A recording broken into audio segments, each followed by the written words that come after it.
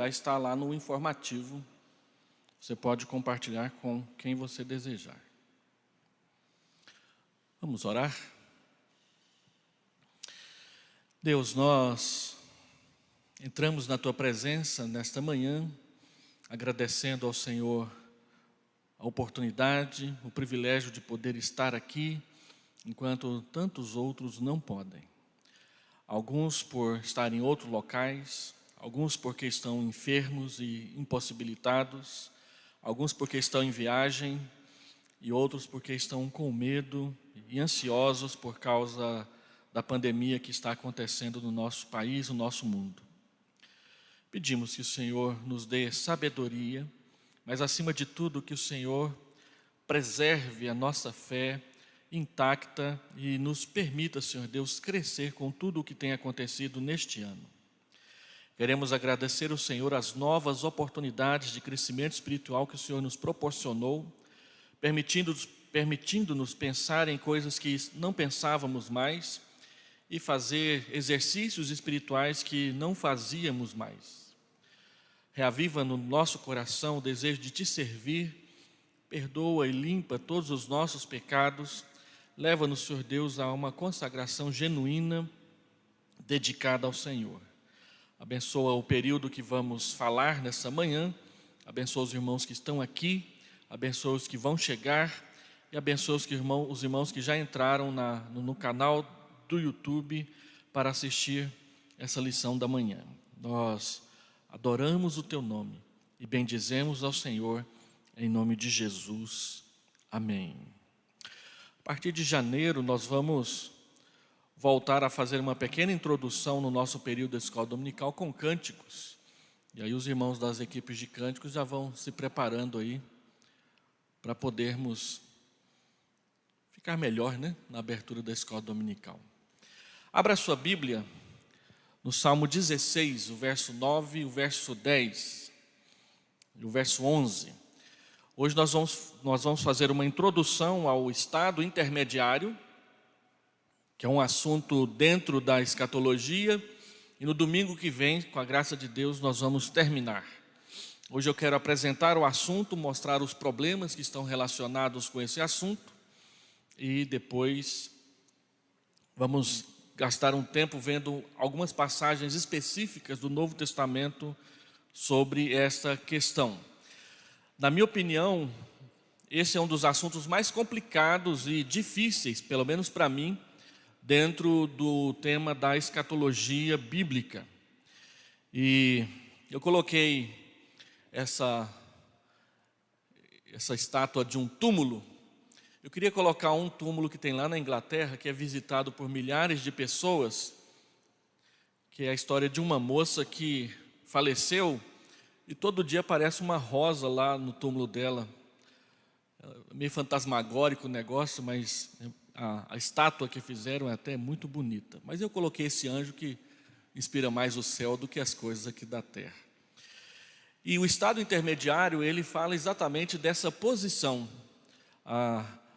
aquilo que a Bíblia chama de aqueles que dormem, ou aqueles que dormem no Senhor, aqueles que já faleceram, mas por causa ainda de todos os acontecimentos que têm que acontecer antes da volta de Jesus, estão aguardando o dia da ressurreição.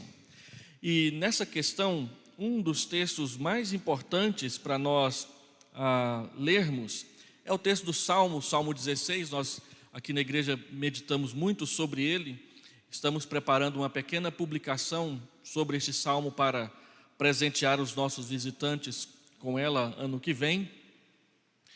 Mas o verso 9, do verso 9 ao verso 11 são muito importantes para o assunto de hoje. Ele diz: alegra-se, pois, o meu coração e o meu espírito exulta, até o meu corpo repousará seguro, pois não deixarás a minha alma na morte, nem permitirás que o teu santo veja corrupção. Tu me farás ver os caminhos da vida, na tua presença a plenitude de alegria, a tua mão direita na tua destra, delícias perpetuamente. O salmista diz que confia em Deus e pede que Deus o guarde, e ele apresenta 6 razões para que nós confiemos em Deus e na sua proteção? Porque ele é o meu Senhor, ele diz no verso 2, porque Ele é a nossa herança, ele diz no versículo 5, também Ele é o arrimo da nossa sorte, no versículo 5, Ele é o nosso conselheiro, versículo 7, Ele é o nosso companheiro na caminhada, versículo de número 8, e no versículo de número 9 e 10, Ele é o meu e o nosso Salvador, pois não deixarás a minha alma na morte, não deixarás a minha alma na sepultura, não deixará a minha alma no Sheol, que é a palavra hebraica para sepultura, e que às vezes é traduzida também por morte. E a razão por que Ele não deixará a nossa alma permanecer na morte é porque o santo dele, que nós cremos que é Jesus Cristo, não verá corrupção. Esse é um dos textos messiânicos do Antigo Testamento que profetizam a vinda de Jesus. Então ele diz que a razão por que nós não permaneceremos na morte é porque o Santo de Deus não permanecerá na morte, Jesus Cristo ressuscitará. Então ele faz uma promessa no versículo 11, ele diz: tu me farás ver os caminhos da vida. Os caminhos da vida ao qual o salmista se refere, aqui é Davi, não são os caminhos dessa vida, as estradas por onde você anda, os problemas, as tribulações por que você passa. Os caminhos da vida aqui são os caminhos da eternidade após a ressurreição. Nós sabemos disso por causa do verbo ir para o futuro, tu me farás ver os caminhos da vida, e porque agora no verso 11 não é Deus que está à nossa presença, à nossa direita, como está escrito no verso de número 7, ou no verso 8, mas nós é que estaremos na sua presença e à sua mão direita, linguagem usada por Jesus se referindo à ressurreição e o que vai acontecer depois do julgamento final, porque Deus separará ovelhas de cabritos, colocará os cabritos à esquerda, as ovelhas à direita, e chamará essas ovelhas para o gozo bendito da eternidade. Ele está falando, então, das delícias perpetuamente, as delícias do céu, da eternidade. E aí o verso de número 10, ele é importante, porque ele fala exatamente dessa questão do estado intermediário, de estar na morte, mas com a promessa divina de que nós não vamos permanecer na morte por toda a eternidade. Então, conforme nós vimos já em algumas preleções passadas, o aspecto central do ensino do Novo Testamento a respeito do futuro do homem é a volta de Cristo. Nós, cristãos, estamos aguardando Jesus retornar. E os eventos que acompanharão o seu retorno, a ressurreição, o juízo final, a criação do novo céu e da nova terra, são assuntos que giram em torno da questão da volta, da segunda vinda do nosso Salvador Jesus Cristo. Agora, um assunto que está ligado a este grupo de assuntos é exatamente a questão do estado intermediário, que é o estado do morto, da morta, entre a morte e a ressurreição. Desde o tempo de Agostinho, o Santo Agostinho da Igreja Católica, os teólogos cristãos pensavam que entre a morte e a ressurreição, as almas dos homens desfrutavam do descanso ou sofriam aflições enquanto esperavam ou pela complementação da sua salvação ou pela consumação da sua condenação.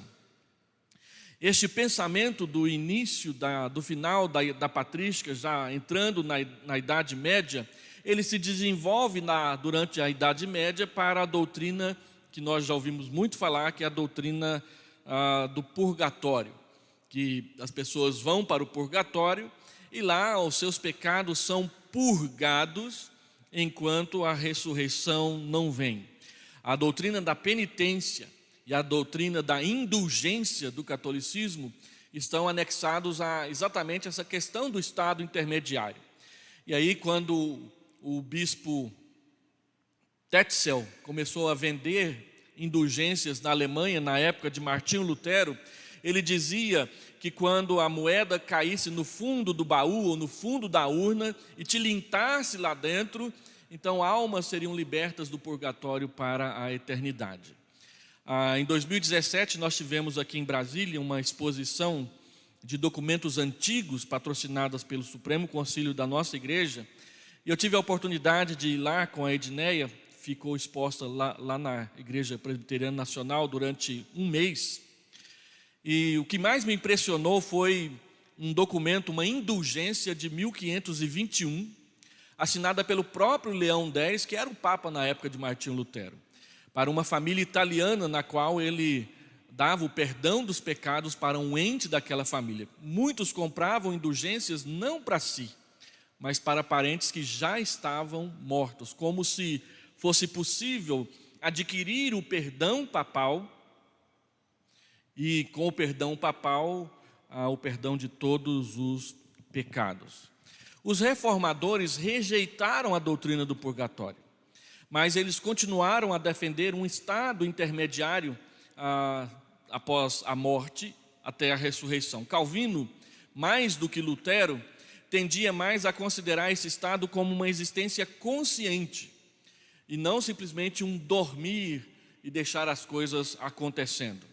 Na sua obra Psicopaniquia, uma resposta aos anabatistas do seu tempo, eles ensinavam que as almas simplesmente dormiam entre a morte e a ressurreição.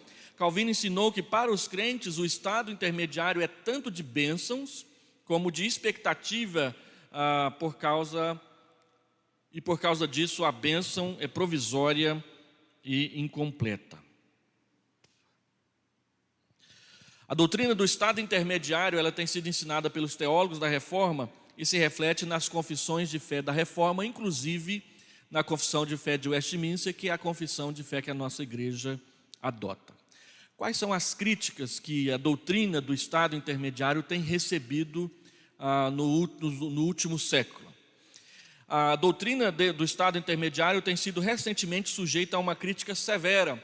Um teólogo reformado chamado G.C. Berkauer, ele retrata o ponto de vista de alguns destes críticos em seu recente livro de escatologia. E a gente fala recente, mas é lá da década de 1950, tá? Ele então cita alguns autores, um holandês, G. van der Leeuw, não sei se é assim que lê, que morreu em 1950, por exemplo, sustenta que após a morte existe uma perspectiva escatológica para os crentes, a ressurreição do corpo e só isso, não tem mais nada. Ele rejeita a ideia, o conceito de que existe algo do homem que continue após a morte e sobre o que Deus construiria uma nova criatura. De acordo com as Escrituras, no pensamento deles, assim insiste ele, o homem morre totalmente, corpo e alma. Tanto o corpo morre como a alma morre. Quando o homem, mesmo assim, recebe uma nova vida na ressurreição, isso é um feito maravilhoso de Deus e não algo que jorre naturalmente da existência atual do homem. Por causa disso, nesse pensamento, falar de continuidade entre a nossa vida atual e a vida da ressurreição leva ao engano. Deus não cria nosso corpo ressurreto a partir de alguma coisa, por exemplo, o nosso espírito ou a nossa personalidade, mas Ele cria uma nova vida do nada, de nossa vida aniquilada e destruída. Tem vários argumentos bíblicos que mostram que isso aqui é um equívoco tremendo. Nós vamos passar por eles mais adiante. Um outro crítico moderno da doutrina do estado intermediário é um luterano chamado Paul Althaus. Ele morreu em 1966. Essa doutrina, sustenta ele, deve ser rejeitada uma vez que pressupõe a existência continuada e independente de uma alma incorpórea. E por este motivo é mesclada com o platonismo. Lembra na aula passada, quando falamos da imortalidade, que muito do que se ensina nas igrejas a respeito da imortalidade vem da filosofia grega e não das escrituras. Então, alguns teólogos levam isso adiante. Eles percebem essa questão e levam adiante também para aplicar na questão do estado intermediário. Althaus apresenta várias objeções à doutrina do estado intermediário. Primeira objeção: essa doutrina não faz jus à seriedade da morte, uma vez que a alma parece passar incólume através da morte. Segundo, na visão dele, por sustentar que sem o corpo o homem pode ser totalmente abençoado e completamente feliz, essa doutrina nega a importância do corpo. Terceira objeção: a doutrina tira o significado da ressurreição. Quanto mais aumentarmos as bênçãos do indivíduo após a morte, mais diminuiremos a importância do último dia. Tem mais duas. Se de acordo com essa doutrina, os crentes após a morte já estão abençoados e o ímpio já está no inferno, por que seria necessário o dia do juízo? Quinta objeção: a doutrina do estado intermediário é completamente individualista. Ela envolve mais um tipo privado de bênção do que comunhão com os outros. E ignora a redenção do cosmos, ou do universo, a vinda do reino e a perfeição da igreja. Então, resumindo, Althaus, ele diz que essa doutrina separa o que deve estar junto, corpo e alma, o individual e o comunitário, a felicidade e a glória final, o destino de indivíduos e o destino do mundo. Ele diz que separa essas coisas que não deveriam ser separadas de forma nenhuma. Mas essa é uma forma comum de argumentação no estilo de pensamento luterano, por causa da forma como Lutero sempre usava a questão do dualismo, luz e trevas, tirado das Escrituras, vida e morte, bem e mal. Então eles levam isso para essa doutrina também, dizendo que ali também tem esse tipo de dualismo. Qual a resposta que nós podemos dar a esse tipo de objeções?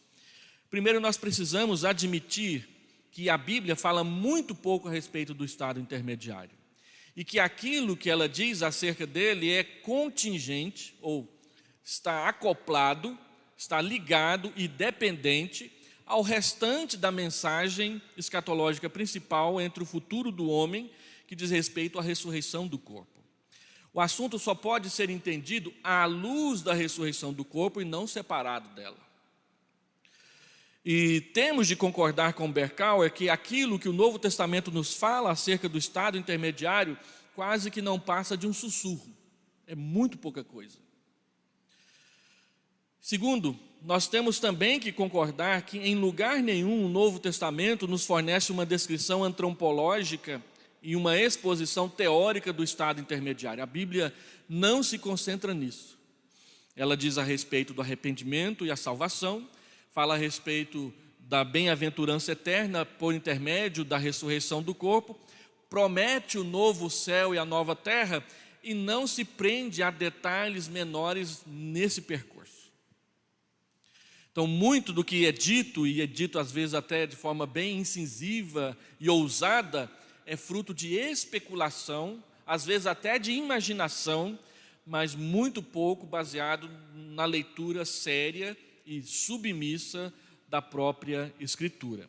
Entretanto, permanece o fato de que há evidência na Escritura suficiente para nos capacitar a afirmar que na morte o homem não é aniquilado, tem vários textos que mostram isso, e o crente não é separado de Cristo. E mais adiante nós vamos tratar disso, só que eu tenho que preparar o terreno primeiro. Então, nesse ponto, nós devemos fazer uma observação sobre a terminologia. Geralmente é dito por cristãos que a alma do homem continua a existir após o corpo ter morrido. Este tipo de linguagem é frequentemente criticado como revelando um modo grego ou platônico de pensar. Agora, será que isso é necessariamente assim? Deve ser admitido que certamente é possível falar da alma de modo platônico. No capítulo anterior, na palestra anterior, foi apresentada esta visão platônica da alma e feito o devido redução para aquilo que a Escritura ensina. E a divergência entre essa visão e a concepção cristã do homem já foi apontada. Você pode rever lá no YouTube a filmagem, ou pode pedir depois o esboço que eu te envio. Mas o fato de que os gregos usaram o termo alma de modo não bíblico não implica necessariamente que todo o uso da palavra alma para indicar a existência continuada do homem após a morte seja errado. Não é porque os gregos usavam a palavra alma de um jeito que nós não podemos usar a palavra alma de jeito nenhum. É mais ou menos isso que Huckman quer dizer para nós. Então, vamos ver qual é o uso da palavra alma, que geralmente é a palavra psique no Novo Testamento, da onde veio psicologia, como que ela aparece relacionada a essa questão de vida, morte, estado intermediário. O próprio Novo Testamento utiliza ocasionalmente deste modo a palavra grega para alma, que é a palavra psique. E aqui tem a literatura que você pode consultar. Esse dicionário de grego, esse léxico de grego do Novo Testamento sugere que psique no Novo Testamento pode significar vida, alma como centro da vida interior do homem, alma como centro da vida que transcende a terra, aquela que possui vida, a criatura vivente, alma como aquela que deixa o reino da terra e da morte e continua a viver no Hades. Hades é uma palavra grega traduzida por morte, mas popularizada por inferno, e a gente precisa definir melhor como que o Novo Testamento usa a palavra Hades. Existem pelo menos 3 exemplos claros do Novo Testamento onde a palavra psique é usada para designar aquele aspecto do homem que continua a existir após a morte. O primeiro deles é Mateus 10, 28. Quem pode ler para nós? Vamos ver se a minha Bíblia aqui não me deixa na mão. Mateus 10, 28.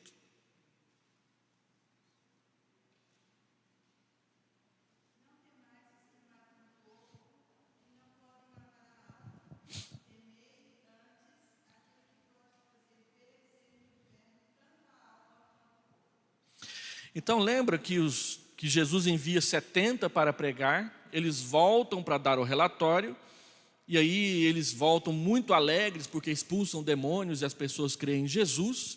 Então Jesus diz isso: olha, não temam os que matam o corpo, mas não podem matar a alma. Ele está falando de Satanás. Mas tenham medo ou temam aquele que pode fazer perecer no inferno tanto a alma como o corpo. Ele não fala que deve temer aquele que vai matar a alma, mas deve temer aquele que vai fazer a alma perecer no inferno, dando para nós claramente o entendimento de que a alma continua. E aqui ele está falando do julgamento final, porque ele está falando tanto da alma quanto do corpo, após a ressurreição. E ele está falando de Deus, que é o juiz, é Deus quem julga. Então, não devemos temer aqueles que tratam as coisas terrenas, mas aquele que trata das coisas eternas. E este é Deus.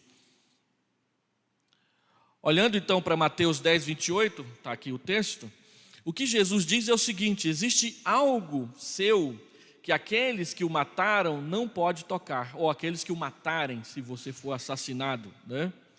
Este algo tem de ser um aspecto do homem que continua a existir após a morte do corpo. 2 exemplos mais deste uso da palavra são encontrados no livro de Apocalipse. O Apocalipse capítulo 6, versículo 9, quando ele abriu o 5º selo, vi debaixo do altar as almas psíquicas daqueles que tinham sido mortos por causa da palavra de Deus, por causa da perseguição e por causa do testemunho que sustentavam. Então Apocalipse 6:9 fala que as almas estão ali debaixo do altar, antes da ressurreição. E se você continua lendo Apocalipse 6, você vai ver essas almas orando, que dá mais um trabalho ainda para a gente explicar. O outro texto, Apocalipse 20, verso 4, é o texto que fala sobre o milênio. João fala: vi ainda as almas psíquicas dos decapitados por causa do testemunho de Jesus, bem como por causa da palavra de Deus. A mesma menção àquelas almas que estavam debaixo do altar. Quando você estuda Apocalipse, existe uma forma de interpretação que é chamada de paralelismo progressivo. Eu acho que eu vou dar uma aula sobre isso daqui a alguns domingos. O paralelismo progressivo diz que Apocalipse é dividido em partes, de 3, 4, às vezes até 5 capítulos, que trabalham toda a história do cristianismo desde o começo até a segunda vinda. Sendo que à medida em que o livro vai se aproximando do final, ele fala menos do começo e mais do fim. E lá no capítulo 20, 21 e 22, ele só fala do fim. Nós chamamos isso de paralelismo progressivo. Então, algumas coisas que são ditas lá no capítulo 6, elas se repetem no capítulo 20 e em algum capítulo intermediário entre eles.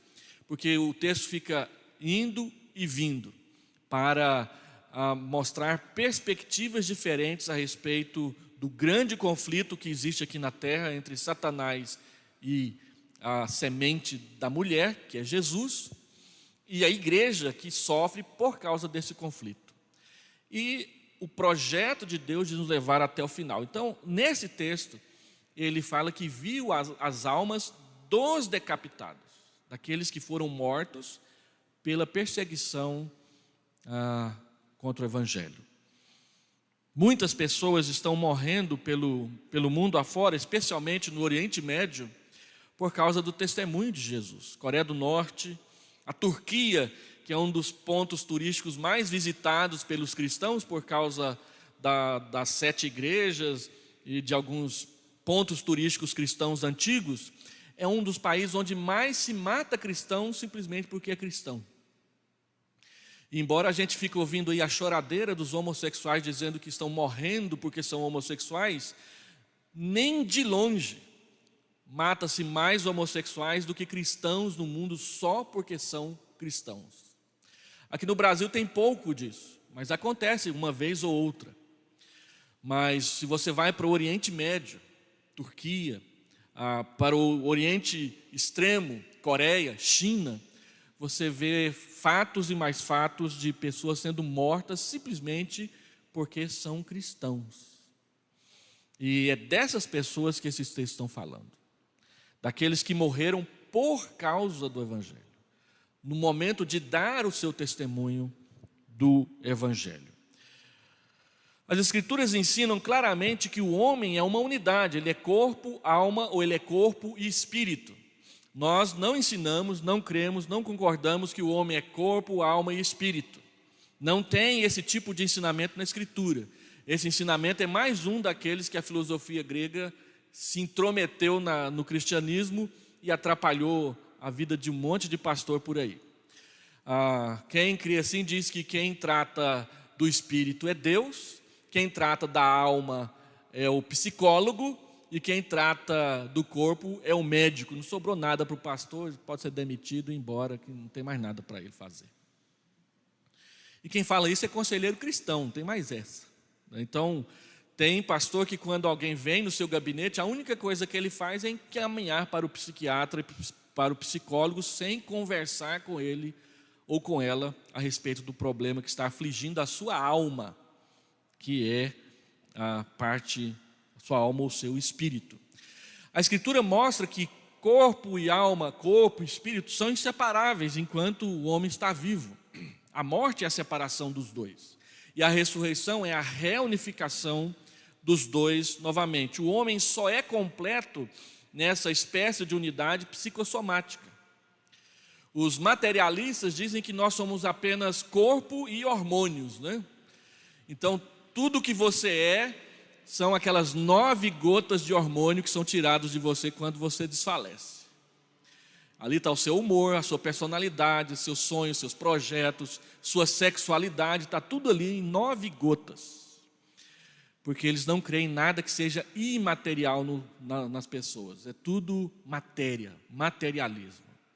Mas nós somos sobrenaturalistas. Nós cremos que Deus criou o homem, corpo e alma, e que nós dependemos de Deus e vamos nos encontrar com Ele no futuro que Ele preparou para isso. Tendo dito isso, a morte faz surgir uma separação temporária entre o corpo e a alma. Uma vez que o Novo Testamento ocasionalmente realmente fala das almas ou dos espíritos dos homens, como ainda existindo durante o tempo entre a morte e a ressurreição, nós também podemos fazê-lo, desde que lembremos que este estado de existência é provisório, temporário e incompleto. A crítica que Paul Althaus faz à doutrina do estado intermediário desconsidera exatamente isso. Para ele, não pode existir no ensino bíblico algo que seja provisório, ou incompleto, ou temporário.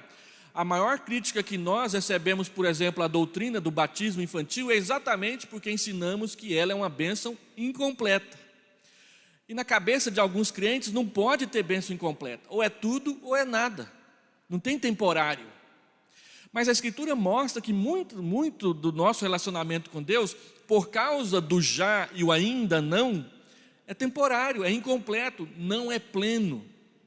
Então, a morte e o estado intermediário são exatamente algo que Deus nos permite experimentar antes da ressurreição, antes do julgamento final, até que toda a medida dos seus eleitos seja completa, conforme ele diz em Romanos 9, 10 e 11.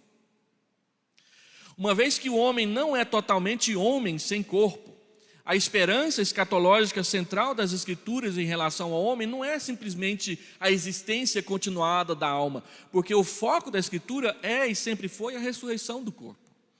Então a crítica de Paul Althaus dizendo que falar no estado continuado da existência da alma sem o corpo é algo inadmissível, porque ele não termina a frase. Não tem nada na Escritura que diz que Deus deseja que nós sejamos apenas almas na sua presença.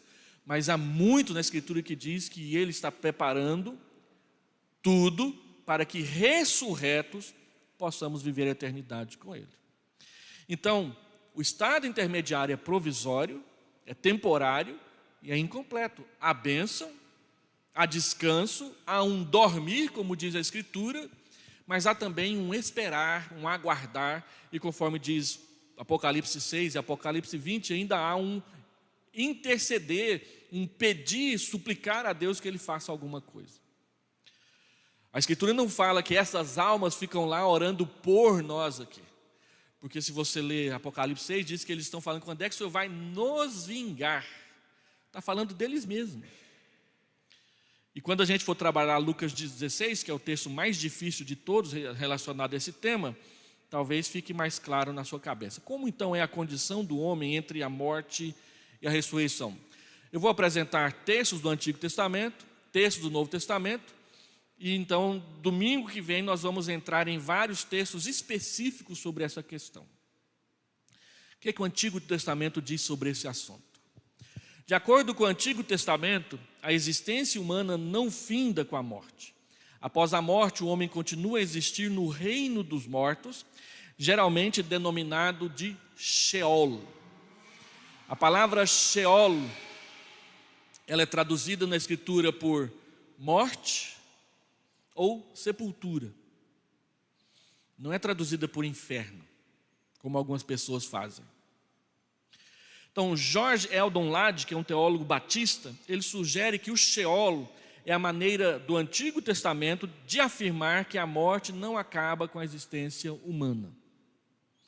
Na versão King James, uma versão inglesa, a palavra hebraica Sheol é traduzida diversamente como sepultura, 31 vezes no Antigo Testamento, e inferno, isso na tradução da King James, 31 vezes, ou cova, 31 vezes. Porém, tanto na versão American Standard como na versão revisada, Sheol não é traduzida. A versão brasileira dessas Bíblias é aquela que quando você está lendo, o Salmo 16 vai fazer, não deixará a minha alma no Sheol. Na dúvida, não ultrapasse, foi o que esses tradutores fizeram. Olha, eu não sei se é morte, eu não sei se é sepultura, sei menos ainda se é inferno, então eu vou deixar como é que está. Então, a sua segue essas versões americanas aqui. Eu não parei para pensar para ver qual que é a versão brasileira que segue. A sua é a revista corrigida? Inglês? Tá, então deve ser a American Standard. Revisada, né? A revisada no português seria a Bíblia Revista e Corrigida. E a American Standard, eu não sei se é a revista e atualizada, tem que ver isso direito. Mas não traduzem exatamente para não correr o risco de dar interpretação errada. Ao passo que admite que a palavra nem sempre significa a mesma coisa. Louis Berkhoff, que é o autor da teologia sistemática que nós usamos no seminário, ele sugere um sentido tríplice para Sheol: o estado da morte, a sepultura e o inferno, ou inferno. É bem confirmado que Sheol possa significar tanto o estado de morte como a sepultura, mas é duvidoso que possa significar inferno. Geralmente, então, em primeiro lugar, Sheol significa o reino dos mortos, que deve ser entendido figuradamente como designado estado de morte. Frequentemente, Sheol é simplesmente usado para indicar o ato de morrer. Jacó fala: chorando descerei a meu filho até a sepultura, Sheol, Gênesis 37, 35. Se lhe sucede, se Benjamim morre, se sucede algum desastre no caminho por onde fordes, fareis descer minhas cãs, meus cabelos brancos, com tristeza ao Sheol, à sepultura, ou à morte. Então, nesses dois textos aqui de Jacó, Sheol significa morrer. Vocês vão fazer com que eu morra sem ter meu filho por perto. Em 1 Samuel 2,6, na verdade, fazer descer ao Sheol é equivalente a levar alguém ao estado de morte. O texto diz: o Senhor é o que tira a vida e a dá, faz descer ao Sheol e faz subir. Como é que está traduzido aí na sua versão, 1 Samuel 2,6?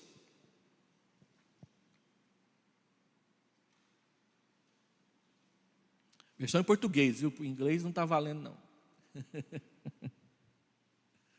Quem lê para nós aí? 1 Samuel 2,6.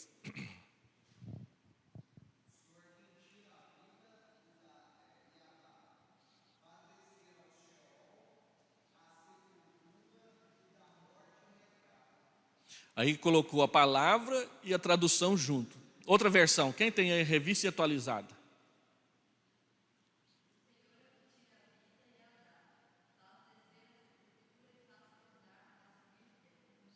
Faz descer a sepultura. As diversas figuras aplicadas ao Sheol podem todas ser entendidas como se referindo ao reino dos mortos. É dito do Sheol que ele tem portas, Jó 17:16, que é um lugar escuro e triste, Jó 17:13, e que é um monstro com apetite insaciável, Provérbios 27:20, 30:15, 16, Isaías 5:4 e Abacuque 2:5. A morte tem porta. Quando consideramos o Sheol deste modo, temos de lembrar que tanto o piedoso como o ímpio descem ao Sheol na morte, uma vez que ambos entram no reino dos mortos. Então, a morte, o Sheol, a sepultura, é tanto para o bom quanto para o mal, para o crente como para o não crente. Todos morrem, todos entram por essas portas. Segundo, às vezes Sheol pode ser traduzido simplesmente como sepulcro, como a revista atualizada preferiu fazer na maioria dos casos. Exemplo claro está no Salmo 141:7. Ainda que sejam espalhados os meus ossos à boca do Sheol, à boca da sepultura, se lavra e sulca a terra. Entretanto, este não parece ser um significado comum do termo, especialmente não é porque existe um termo hebraico para sepultura, que é a palavra geber. Então, a palavra que é mais comumente usada para falar do sepulcro é a palavra geber. O Sheol é somente quando tem a ver com a morte como o estado em que as pessoas ficam depois que deixam de viver. Tá certo? Mas muitas passagens nas quais Sheol poderia ser traduzido por sepultura tem também um sentido claro de traduzirmos Sheol por reino dos mortos. Quer dizer a mesma coisa.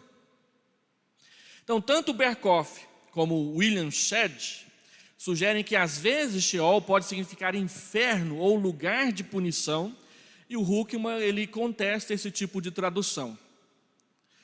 Mas as passagens citadas para sustentar essa interpretação não são convincentes. Um dos textos citados é o Salmo 9,15. Os perversos serão lançados no Sheol e todas as nações se esquecem de Deus. Então, o Berkhof e o Shedd diz porque os perversos são lançados na sepultura ou são lançados no Sheol. Nesse caso, o Sheol significa inferno. Sim, por livre e espontânea escolha.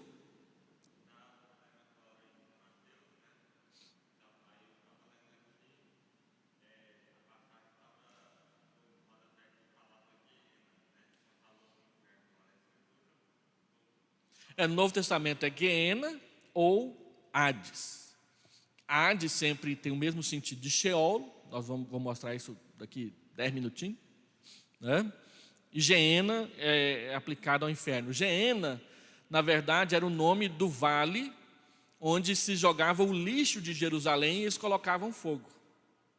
Então ficava queimando o dia todo. E aí Jesus usava esse vale onde ficava queimando o dia todo como exemplo de como que é o inferno. Cheio de urubu para tudo quanto é lado, aquelas coisas que quem já passou perto de um lixão sabe como é que é, né? Naquela época também tinha lixão. Eu tive a oportunidade muito triste de passar em frente ao lixão de Luanda, em Angola. Uma montanha de lixo quase no centro da cidade. Onde o lixo não é tratado, ele é apenas empurrado para um lado, para o outro e vem enterra um pouquinho. Depois vem outra camada, enterra. Aqui no Brasil já parou de fazer isso. O lixão de São Paulo, quando a gente entra na cidade ali acho que é pela Dutra, pela Anchieta, você vê à esquerda o lixão de São Paulo. Parece uma montanha que está sendo fabricada. E eles jogam cal, um material que é usado para queimar, e fica subindo um vaporzinho o tempo todo lá, que os americanos dizem que polui muito, mas é só o nosso que polui, o deles não, né? Então, é um problema lidar com lixo, e na época de Jesus já era. Jerusalém, o lugar onde jogava o lixo era no Geena, e aí Jesus usou o Geena para falar sobre o inferno, e a palavra pegou, né? Aí a Bíblia passou a usar também os escritores posteriores. Então, as passagens que são citadas, elas não são convincentes. Fica difícil crer que o salmista esteja predizendo aqui a punição eterna de cada membro individual dessas nações iníquas, que chamam de Goem. A passagem, porém, tem sentido bem claro se entendermos Sheol no significado comum, referente ao reino da morte. Os ímpios entrarão no reino na morte. O salmista estará, então, dizendo que as nações ímpias, embora agora se orgulhem do seu poder, serão extirpadas pela morte. Outra passagem apresentada por Berkhof é o Salmo 55,15. A morte os assalte, e vivos desçam ao Sheol. À luz do princípio do paralelismo que geralmente caracteriza a poesia hebraica, a primeira linha faz uma afirmação, a segunda linha repete em outras palavras. Então, quando ele diz assim, a morte os assalte e vivos desçam à sepultura, a palavra morte e Sheol ou sepultura estão em paralelo. Ou seja, Sheol tem o mesmo significado da palavra morte. Nós chamamos isso de paralelismo sinônimo. É uma das características principais da poesia hebraica. E muitas vezes nós nos equivocamos na interpretação porque não levamos em conta a forma da poesia hebraica. Um exemplo clássico é o texto de Isaías 53, que diz que Jesus levou as nossas iniquidades e as nossas enfermidades tomou sobre si. iniquidade e enfermidade estão em paralelismo. Então, a enfermidade ali diz respeito a pecado, não enfermidade, doença. Mas fala isso para um arminiano ou para um pentecostal para ver o que acontece. Ele te bate, fica bravo com você. Um outro texto que a gente vive cheio de confusão por causa disso é aquele que fala assim: façamos o homem à nossa imagem, conforme a nossa semelhança. Tselen e demut são as palavras hebraicas. Elas estão em paralelo, então imagem e semelhança quer dizer a mesma coisa. Mas tem gente que fala que imagem é forma física e semelhança é caráter moral. Mas não é. Porque aí a gente tem que falar que Deus tem forma física igual a nossa, né? E Deus é espírito, Ele não tem forma física nenhuma. A não ser nas suas teofanias, que Ele escolhia formas para poder se apresentar a nós. Então, o que Huckman critica na interpretação de Berkhof é que ele não observou o paralelismo da poesia hebraica. E muitas vezes, por não observar, a gente entra num caminho hermenêutico que traz problemas para nós. Um outro texto, quando fala assim que eles desçam vivos para a sepultura, não é que vai enterrá-los vivos lá e vão ficar lá batendo no caixão tentando sair. Não, todo mundo que desce a sepultura desce vivo, ele morre e ele desce a sepultura. A ideia é da morte iminente. Você não sabe quando ela vai acontecer. Ontem nós estávamos na comemoração do Natal da família da minha esposa e estávamos comentando que uma vez a gente trouxe essa comemoração aqui para casa em Goiânia. E o meu sogro, o pai da Edneia, ele não saía da casa dele por nada. Mas nesse ano ele veio. E aí, porque ele veio, vários sobrinhos e filhos resolveram vir também. E aquele foi o último. Ele esteve conosco em dezembro. Quando foi no dia 21 de junho seguinte, ele faleceu e não estava presente no próximo Natal. Então, nós fomos tomados de surpresa. Eu me lembro, minha mãe faleceu menos de 2 meses após o aniversário dela. Fui a Anápolis, abracei, tentei dar um presente para ela, né? Minha mãe, a gente dava presente, ela guardava no guarda-roupa. Quando ela faleceu, a gente abriu o guarda-roupa, estava lá cheio de presente dentro das sacolinhas. Ela não usava, né? Ela dizia que só ia usar quando a casa estivesse pronta. Ela morreu e a casa não ficou pronta. Meu pai terminou a casa, morreu 2 meses depois. Nós é que estamos usufruindo lá da casa. Então, você não sabe quando a morte chega. Ela pode chegar no momento que você menos espera. E aí não dá mais tempo de fazer nada. E aí a Escritura usa desse vivo. A Escritura, ela é iminente. Um outro texto citado por Berkhof é Provérbios 15, 24. Para o entendido, há o caminho da vida que o leva para cima, a fim de evitar o Sheol embaixo. Aqui novamente se encontra o contraste óbvio entre vida e morte, que é representado pela palavra Sheol, não inferno e vida. Não é porque vai para cima e vai para baixo que nós vamos tomar a ideia de que em cima é o céu e embaixo é o inferno. Onde que na Bíblia diz que o inferno é debaixo da terra?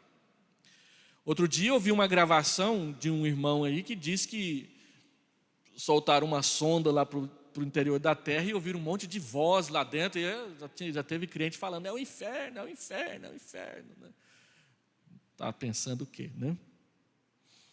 Então não é esse tipo de contraste que está sendo feito aqui, é simplesmente vida e morte, o sentido normal.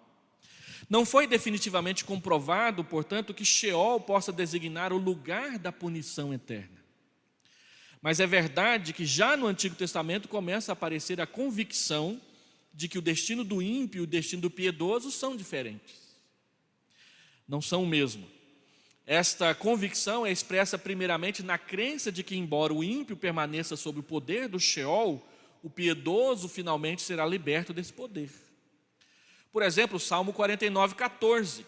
Nós lemos que os ímpios, como ovelhas, são postos no Sheol, a morte será o seu pastor. Essas palavras sugerem o sentido de que a morte deverá guardá-los e nunca deixá-los ir embora. Porque morte não é simplesmente a separação da alma e do corpo.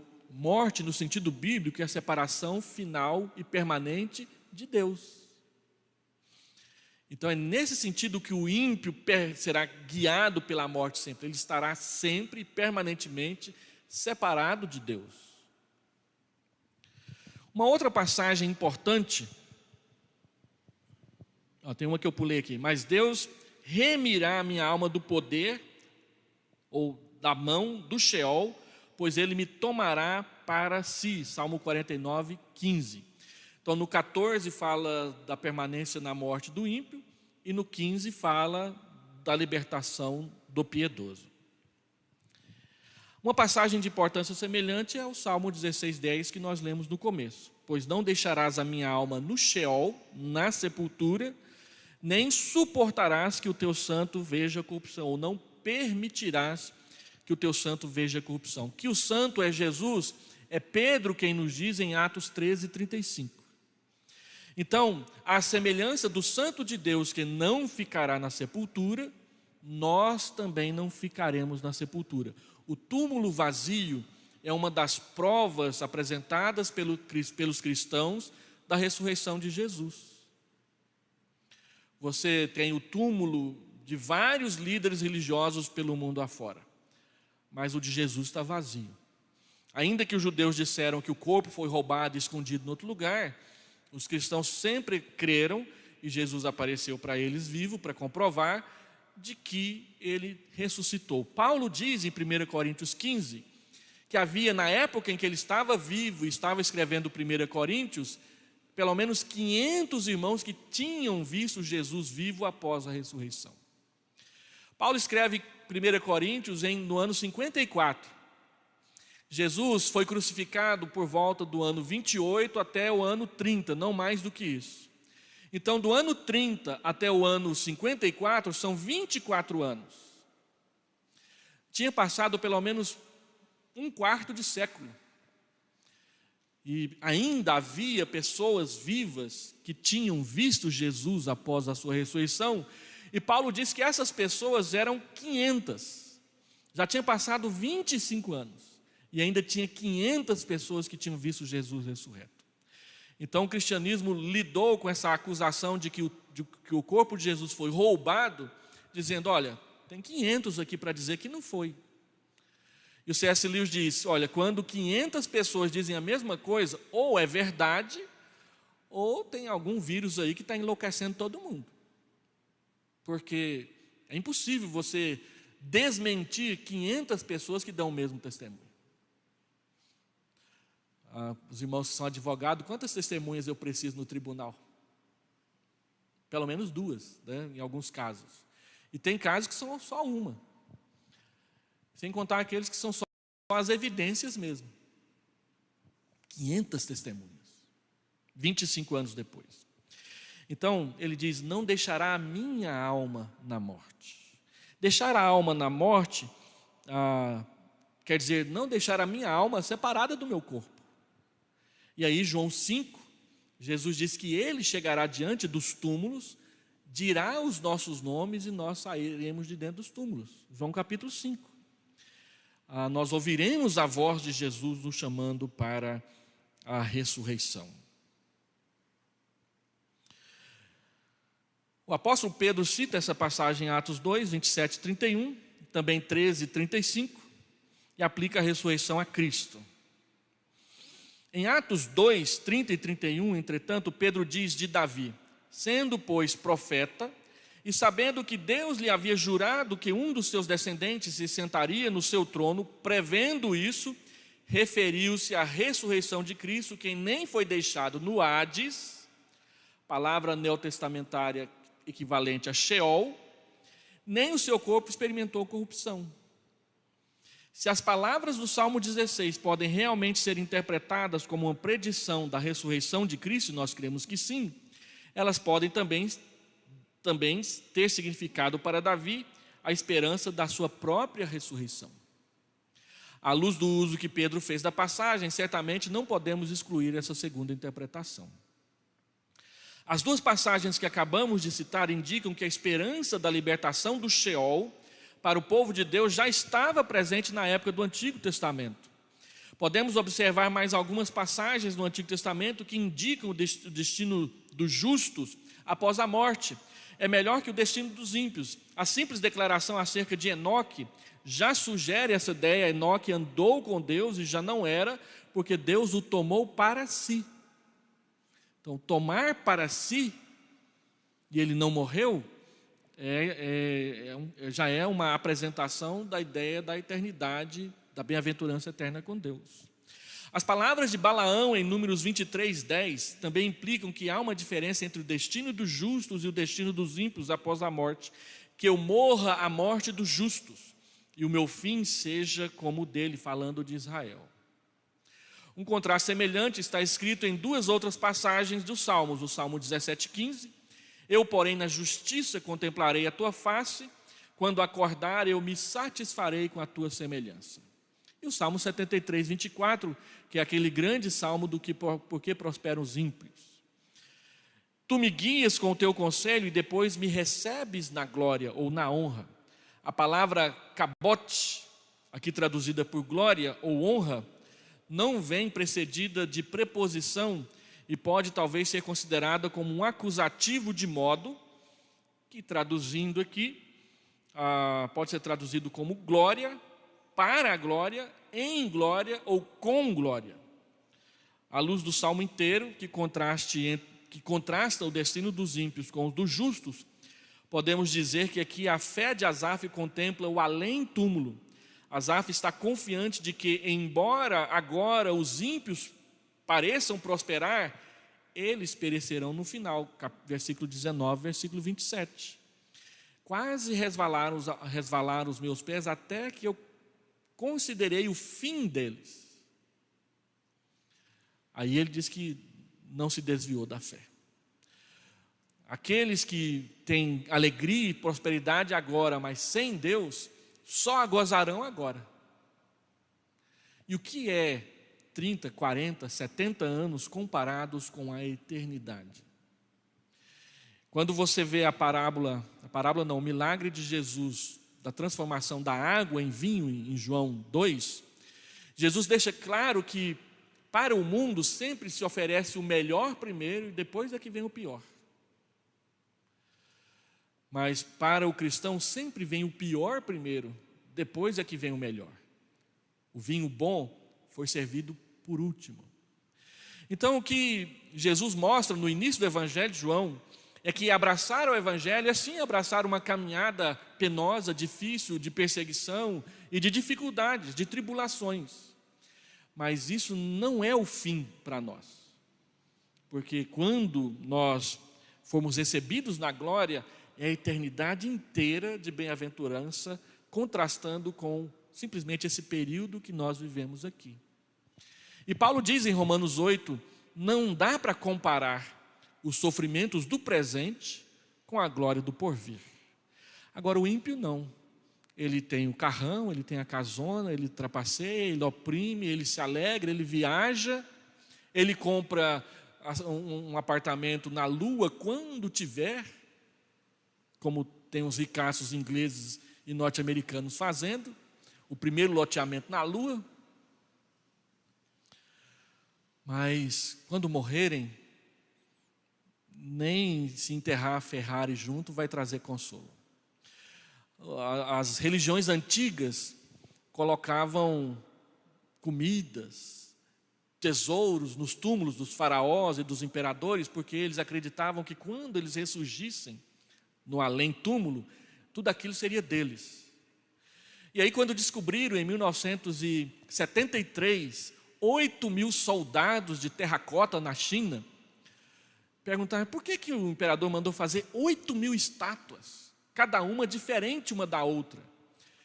Ele achou que era demais colocar o exército inteiro morto junto com ele no túmulo. O maior túmulo da história é o desse imperador chinês lá e os soldados de terracota. E o cinema explora isso à vontade, né? Nesses filmes de aventura, de suspense, de terror, que ninguém me convide para assistir, porque eu não quero ter pesadelo, mas A Bíblia fala diferente. Não adianta você se enterrar com a Ferrari procurando uma imagem para colocar aqui no estado intermediário. Eu vi um túmulo do inglês, que era a sua Ferrari toda concretada, e ele foi enterrado sentado nela. Ele está achando que quando ele ressuscitar, ele vai sair dirigindo a Ferrari, né? Até parece. Não vai dar certo. E ele mandou concretar, porque se colocasse dentro de uma garagem, certamente alguém ia lá roubar a Ferrari dele, né? Então, não é isso.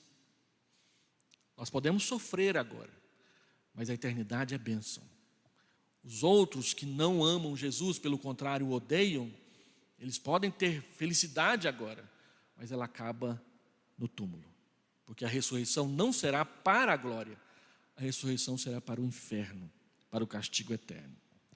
Então, o ensino do Novo Testamento, nós temos que afirmar o que já foi mencionado, que a Bíblia fala muito pouco acerca do estado intermediário, mas algumas passagens a gente pode citar como introdução, onde a palavra Hades substitui e traduz do hebraico para o grego a palavra Sheol.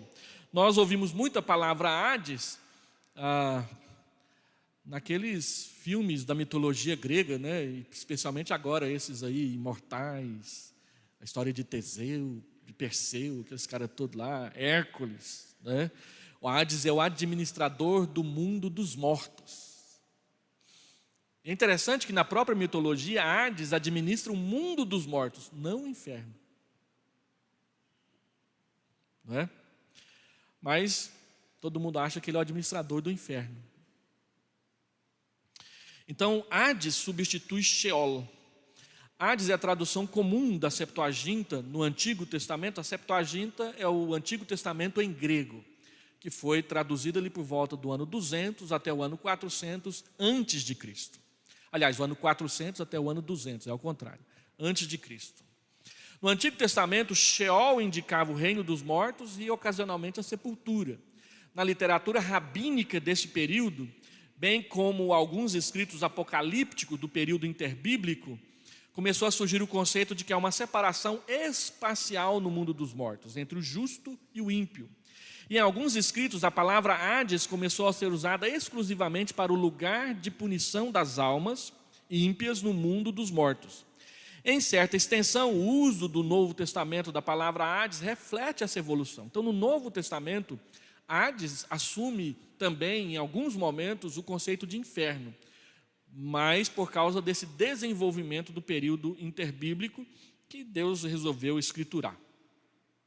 Agora, na maioria das vezes, a palavra Hades no Novo Testamento designa simplesmente o reino dos mortos. Apocalipse, por exemplo, fala isso. Apocalipse 1,18, Hades é retratado como uma prisão com portas. Cristo diz: eu tenho as chaves da morte e do Hades, que algumas Bíblias traduzem por inferno e outros traduzem por sepultura ou morte. 6,8, o Hades é novamente descrito como a relação estreita com a morte. Eu olhei e eis um cavalo amarelo e seu cavaleiro, sendo este chamado Morte. E o Hades o estava seguindo, o inferno estava seguindo, a morte, a sepultura estava seguindo. 20:13, o Hades é retratado como um reino que entrega os seus mortos. Deu o mar os mortos que nele estavam, a morte e o Hades entregaram os mortos que neles haviam. Aqui Hades não tem o sentido de inferno, tem o sentido de morte ou sepultura. E foram julgados um por um segundo as suas obras.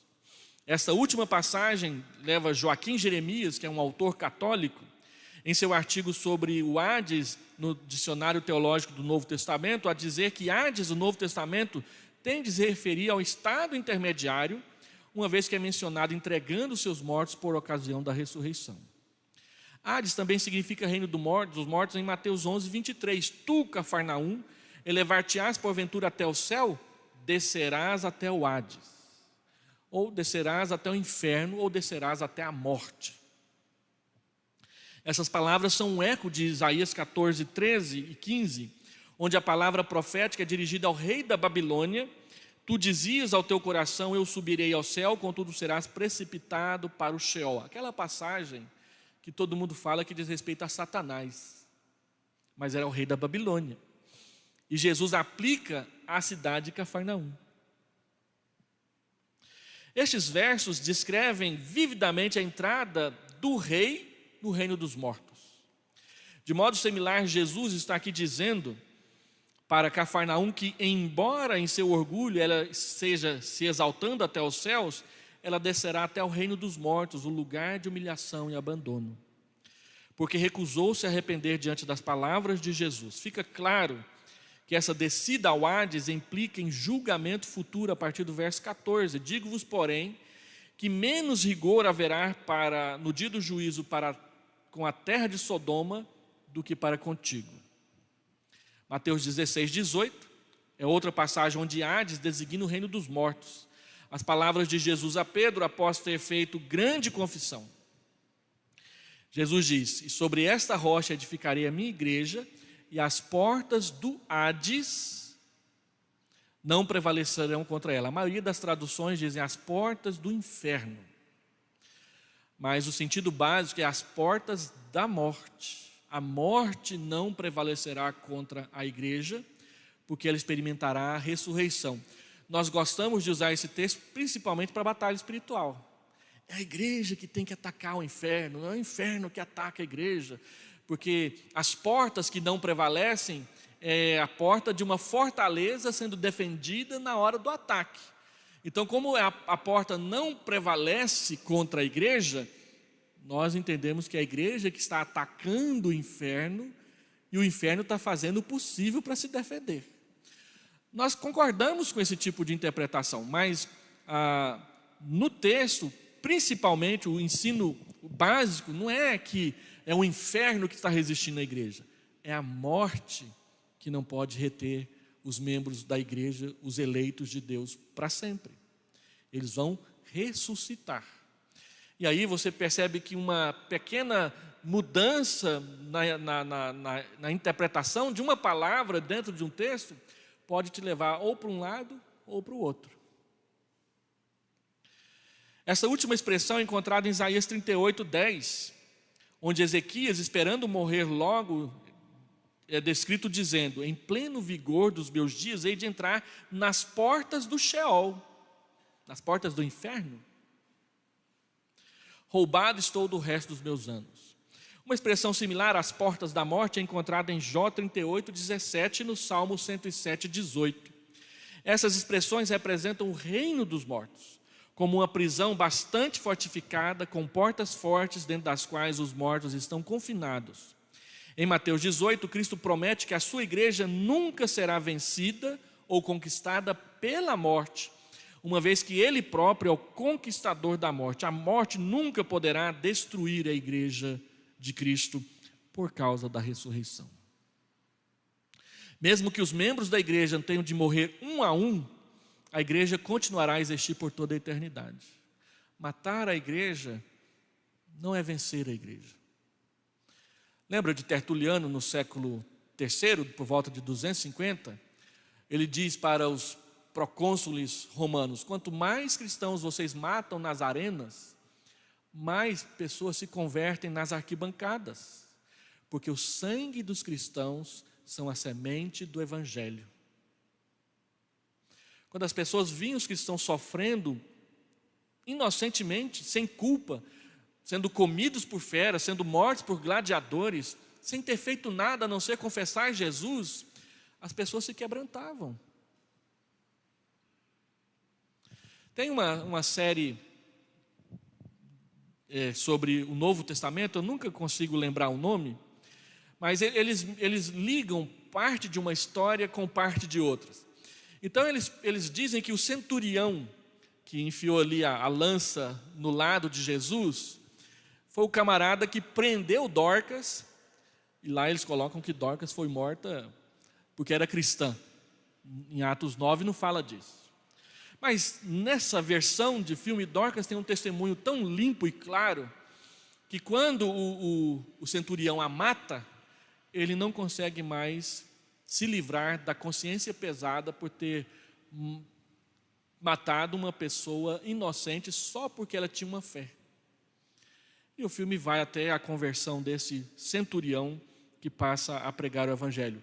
Embora a história seja imaginativa e fantasiosa a respeito do Novo Testamento, a história diz que muitas pessoas de fato foram convertidas assim, maltratando cristãos. E o maior exemplo desses é Paulo. Paulo perseguiu o evangelho, perseguiu os cristãos e dizia que tinha prazer nisso. Mas depois Deus o cercou e ele passou a ser um dos maiores campeões da fé. Então, seria possível objetar que isso é uma parábola que, no caso... Deixa eu voltar aqui.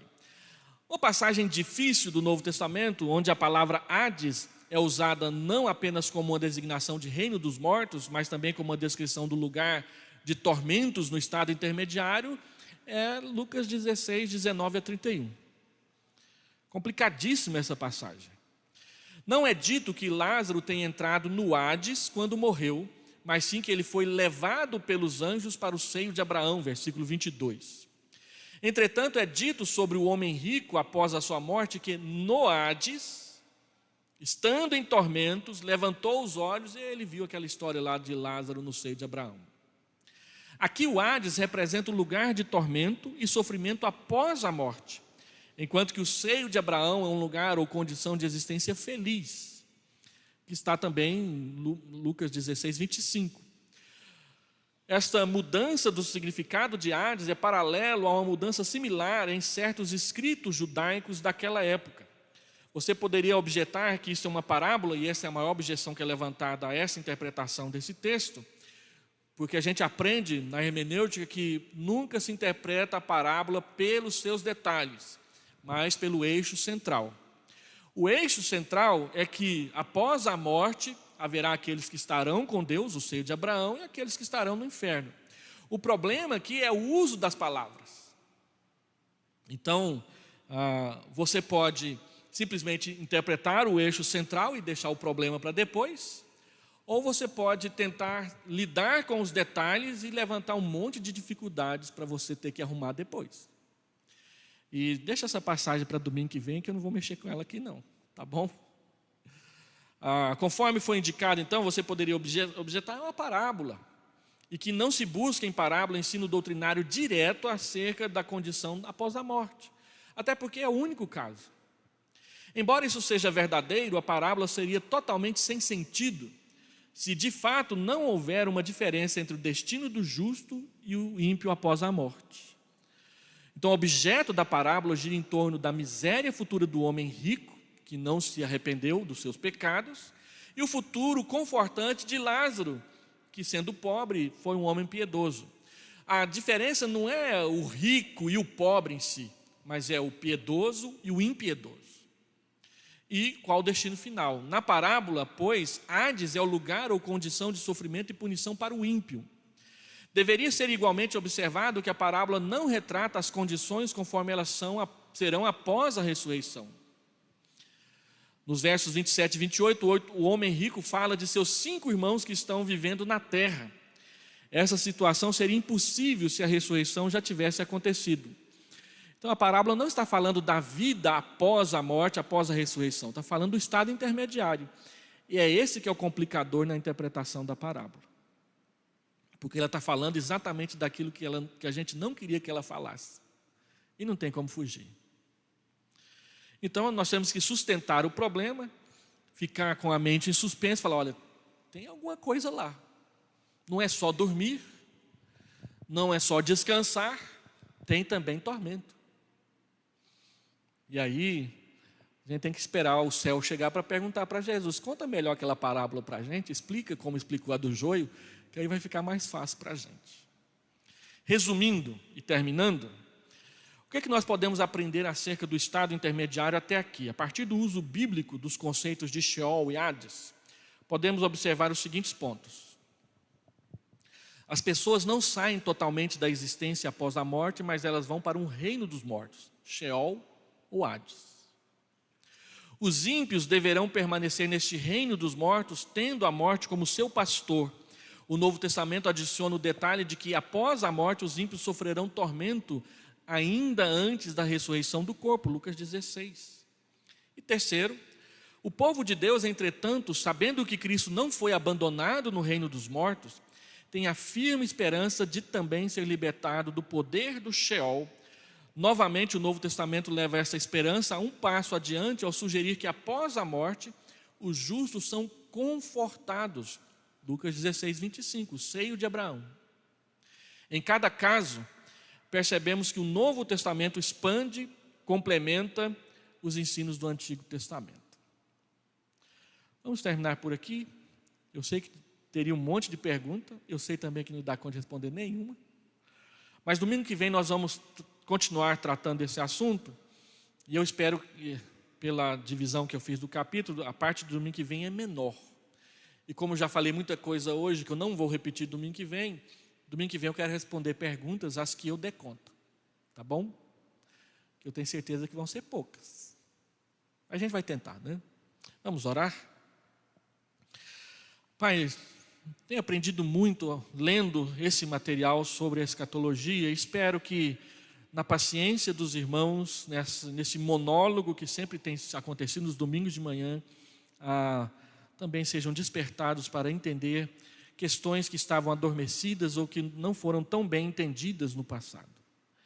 Amadurece-nos na fé para que nós tenhamos uma fé robusta, sábia, consciente e plena de esperança por causa das promessas que estão na Bíblia.